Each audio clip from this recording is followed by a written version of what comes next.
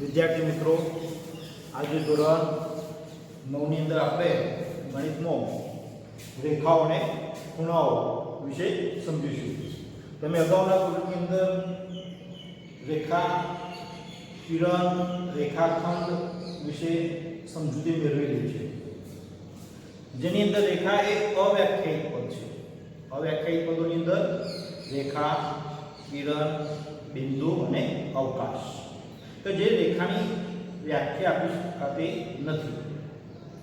તો રેખા એટલે તો રેખાની સમજ હોય તો આપણે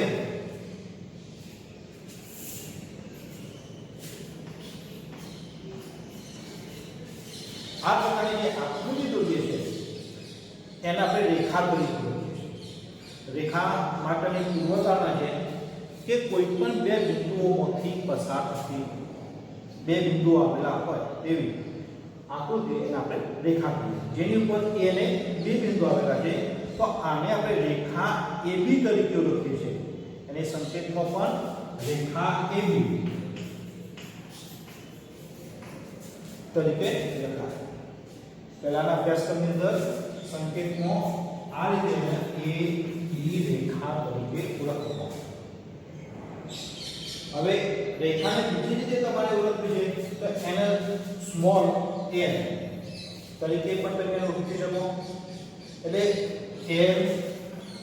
m અને n જેવા સ્મોલ લેટરની અંદર પણ રેખાને સંકેતમાં દર્શાવે છે. હવે ધારો કે આના આપણે AB રેખા અથવા રેખા L તરીકે ઓળખીએ. એના પર કોઈ બિંદુ C છે તો આને જુદી જુદી રીતે રેખાને દર્શાવી શકાય. આને રેખા AC, રેખા AB, રેખા BC, રેખા L, આમ જુદી જુદી રીતે આને દર્શાવી શકાય છે. હવે આ રેખા ઉપરના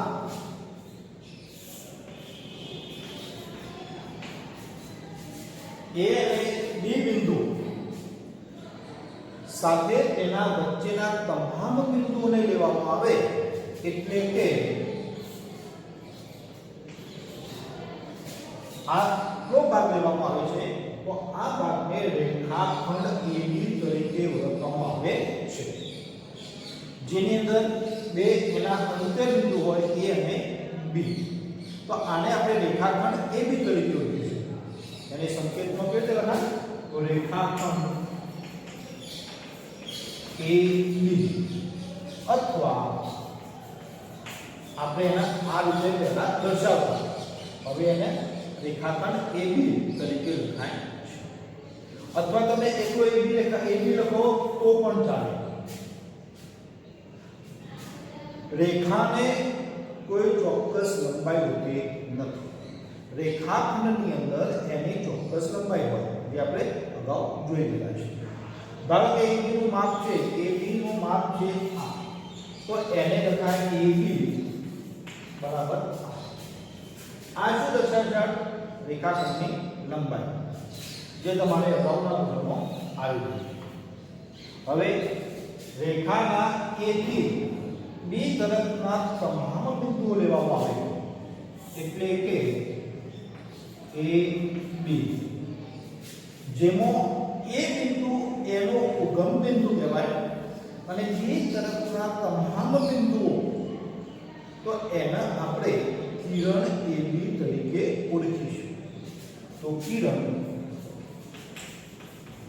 AB જેને સંકેતની અંદર AB કિરણ લખાય. હવે વિદ્યાર્થી મિત્રો, રેખાને કોઈ ચોક્કસ લંબાઈ નથી. રેખાખંડને ચોક્કસ લંબાઈ હોય પણ કિરણને પણ ચોક્કસ લંબાઈ હોતી નથી. આપણે સૂર્યની અંદરથી આવતો પ્રકાશ તો સૂર્યનું કિરણ કહીએ છીએ, સૂર્યનો રેખાખંડ નથી કહેતા. પ્રકાશનું કિરણ કેમ તો સૂર્ય એ એનું ઉગમ બિંદુ છે તેમાંથી ઉદ્ભવે છે અને બધી બાજુ પ્રસરે છે એમ આ એનું એ ઉગમ બિંદુ છે અને ચોથી એક તરફ અનંત સુધી જાય તેને આપણે કિરણ કહીશું. આ પ્રકરણની અંદર આ કિરણ વિશેની ખાસિયતો જુદી જુદી આપણે જોવાની ખાસ. હવે ઉગમ બિંદુ એક જ હોય અને એવા બે કિરણ ભેગા થાય અને પરિણામે જે આકૃતિ રચાય છે તે આકૃતિને આપણે શું કહીશું? તમને ખબર જ હશે શું કહેવાય? ખૂણો.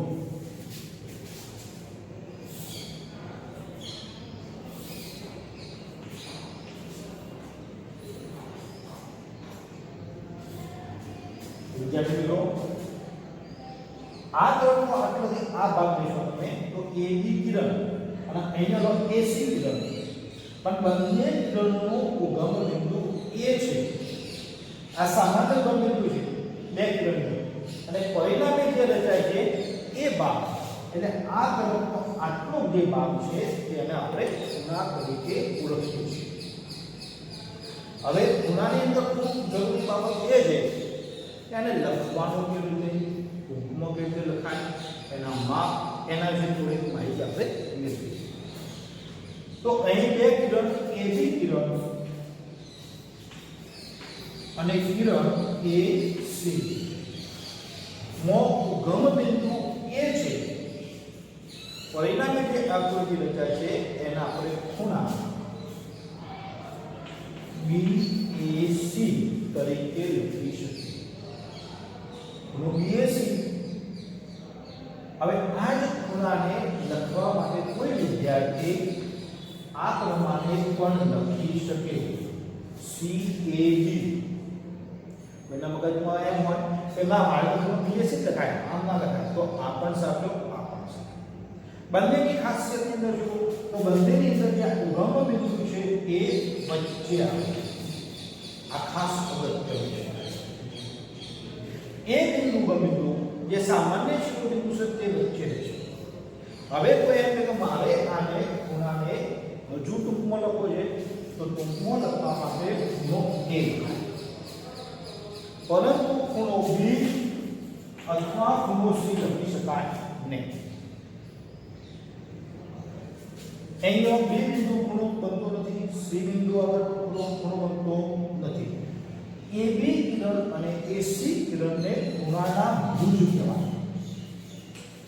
આને પણ ભુજ કહેવાય, આને પણ ભુજ કહેવાય. બંને ખૂણાના ભુજ છે. હવે ખૂણાના માપ, તો આ જે દર્શાવે છે તેને આપણે થીટા તરીકે, થીટા જે ખૂણાનું માપ દર્શાવે છે. ધારો કે ખૂણાનું માપ છે 40, તો એના આપણે ખૂણો BAC બરાબર 40. હવે ખૂણાને ઉપર દર્શાવવા માટે હું અંશ બતાવવાનો.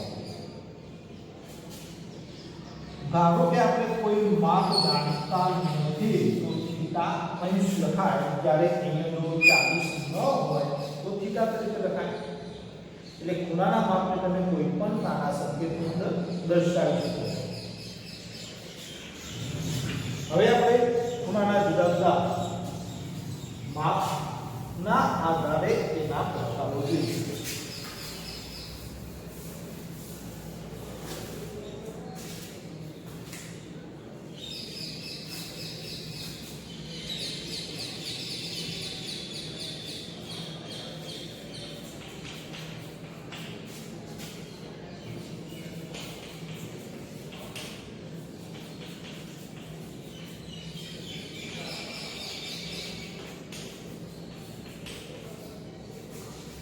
ખૂણાના માપના આધારે તો સૌપ્રથમ લઘુકોણ.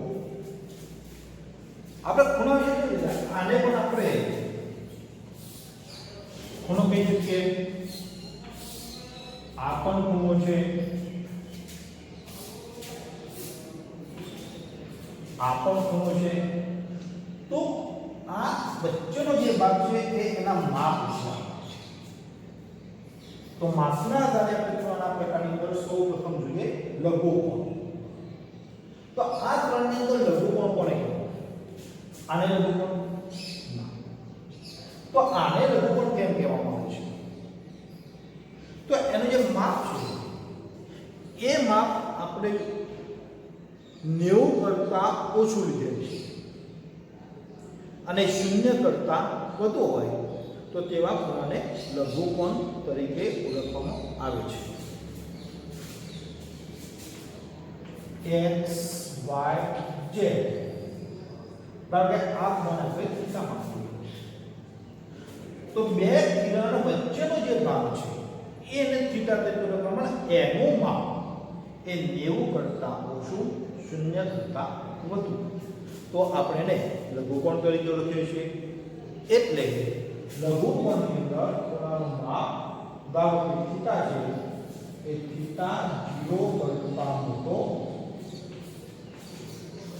અને 90 કરતા નાનો એટલે આપણે લઘુકોણ તરીકે ઓળખીશું. હવે બીજો ખૂણો કાટખૂણો. તો જેની અંદર જે ખૂણાઓની અંદર ખૂણાનું માપ 90 અંશ હોય તેવા ખૂણાને કાટકોણ ત્રિકોણ કાટકોણ ખૂણો કહે છે. A B C તો અહીંયા ખૂણો B છે એ અહીંયા ઉપર લખ્યો તો ખૂણો B બરાબર 90 તો અહીંયા આપણે 90 ધારો કે આપણે x તરીકે લખીએ તો કાટકોણની અંદર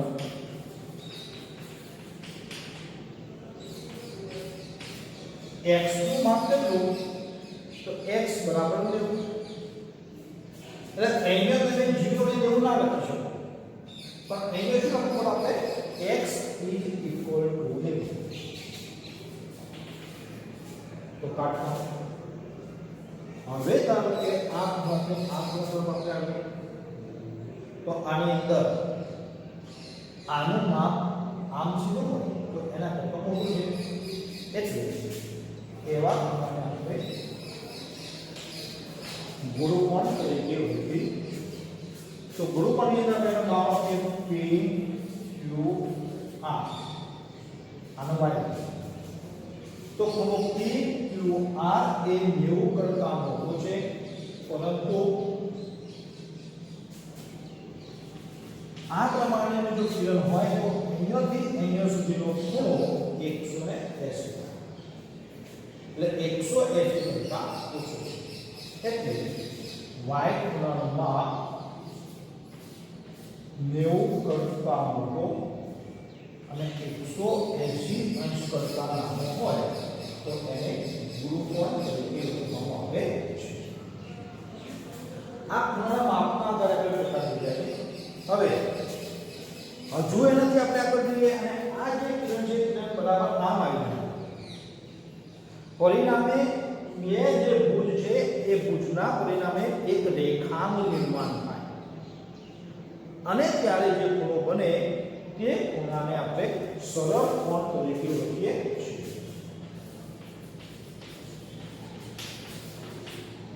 એટલે કે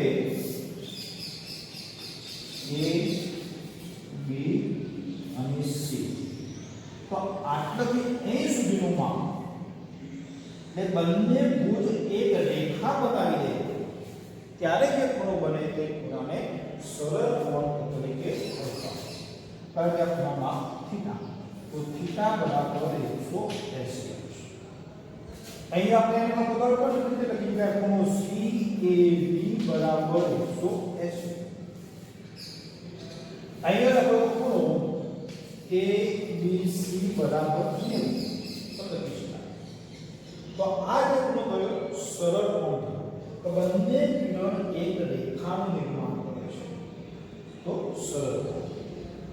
હવે એનાથી આગળ જોઈએ તો વિપરીત કોણ. તો વિપરીત કોણ કેવી રીતે બને?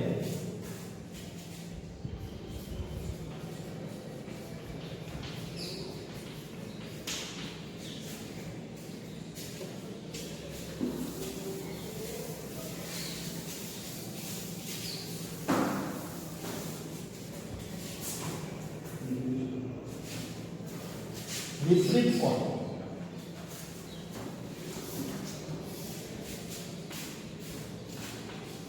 એ બી સી.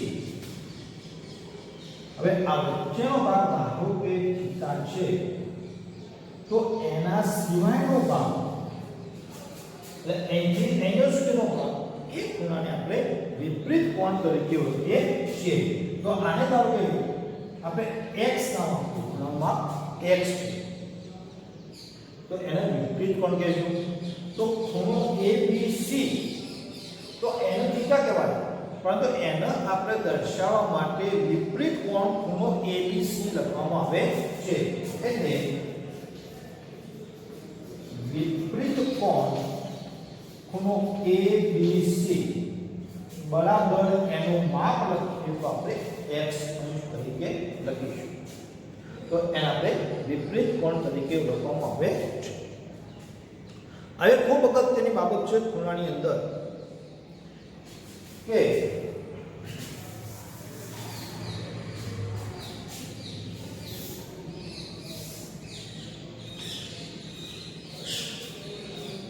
ખૂણાના માપના દરેક પ્રકાર પ્રમાણે હવે ખૂણાની અંદર જુદા જુદા જે કિરણો લેવામાં આવે એના આધારે એના પ્રકારો છે. અહીં આપણે ખૂણો A B C લેવામાં આવે છે. હવે એની અંદર